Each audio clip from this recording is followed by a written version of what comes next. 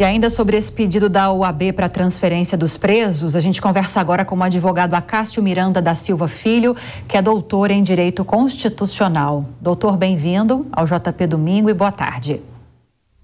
Boa tarde, Lívia. É um grande prazer estar com você mais uma vez e com os nossos queridos ouvintes.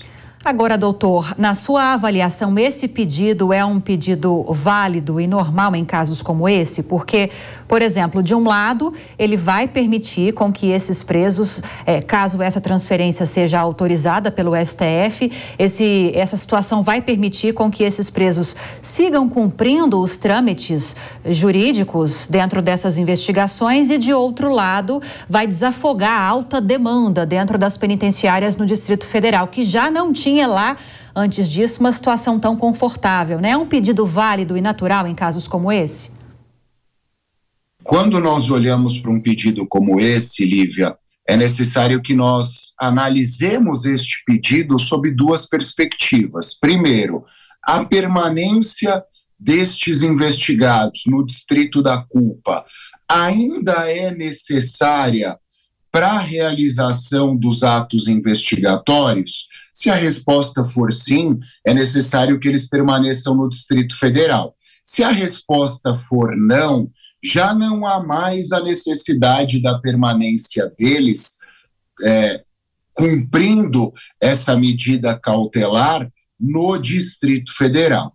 Em segundo lugar, quando nós olhamos para a lei das execuções penais, por mais que eles ainda não estejam cumprindo pena, ela tem como um dos seus pilares a convivência do preso, a convivência do apenado com os seus familiares. E conforme vocês bem ressaltaram, o volume substancial daqueles que ainda estão presos no Distrito Federal é de pessoas que não oriunda ou de pessoas que não são oriundas do Distrito Federal. Então, seria mais razoável, do ponto de vista da convivência familiar, do ponto de vista de uma eventual ressocialização e também do ponto de vista do custeio da manutenção destas pessoas, que cada qual fosse mandado ao seu respectivo estado.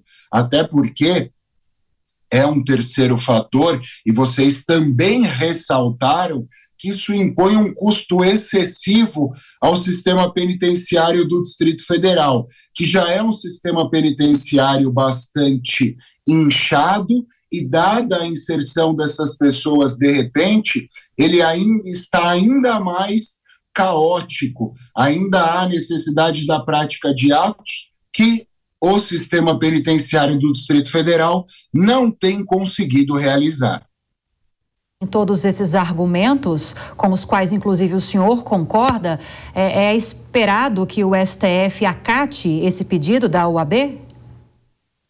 Eu acho razoável e acho bem provável que o Supremo Tribunal Federal vá acolher o pedido feito pela Ordem dos Advogados do Brasil, desde que, é importante nós lembrarmos, aquele preso já não seja mais necessário para a condução dos atos investigatórios no Distrito da Culpa. E vocês bem reiteraram, a maioria dos que estão presos neste momento são daquele núcleo chamado de núcleo dos executores. Em relação a eles, já há autoria e materialidade bastante comprovada. Então, creio ser muito provável o envio destas pessoas aos seus estados de origem. Agora, nós mostramos agora há pouco, doutor, uma reportagem da Luciana Verdolim, em que ela falou sobre a parceria do TSE com a Polícia Federal para que os dados biométricos dos eleitores possam ser utilizados nessas investigações que estão sendo conduzidas pela PF de pessoas que têm envolvimento ou suspeita de envolvimento nesses ataques no dia 8 de janeiro.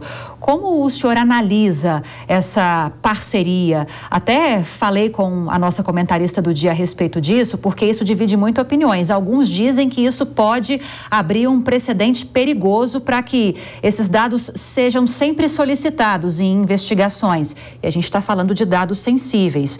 Mas, por outro lado, a gente tem uma investigação muito séria e importante que precisa avançar, né? A nossa legislação já prevê, Lívia, a possibilidade da quebra do sigilo telefônico, do sigilo fiscal, do sigilo financeiro e do sigilo eleitoral, desde que nestas possibilidades haja uma decisão judicial fundamentando esta necessidade. No caso em contexto, se o Supremo Tribunal Federal fundamentar a necessidade da utilização destes dados por conta da condução de atos investigatórios e, nesta fundamentação, comprovar que a utilização destes dados é necessária, uma vez que facilitaria a condução dos atos investigatórios e a chegada a um resultado investigatório, acho plenamente possível que se use esses dados. Até porque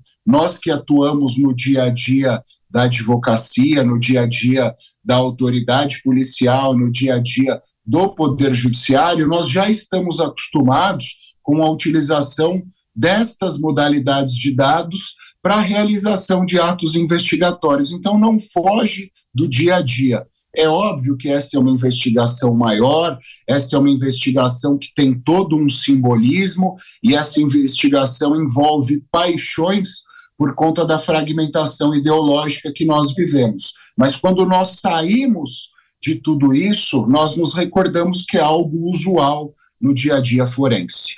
Para a gente fechar, doutor, de uma forma geral, a gente completou nessa semana que passou um mês desses ataques em Brasília e destacando aqui que as investigações são feitas em 4 frentes principais, né? Essas frentes analisam o núcleo dos executores que participaram diretamente dos ataques no dia 8 de janeiro, aqueles que organizaram e financiaram essas manifestações que culminaram nesses ataques, aqueles agentes públicos que de alguma forma se omitiram e permitiram que os ataques acontecessem e os chamados autores intelectuais que de alguma forma incentivaram esses atos, essas manifestações que culminaram em atos de violência.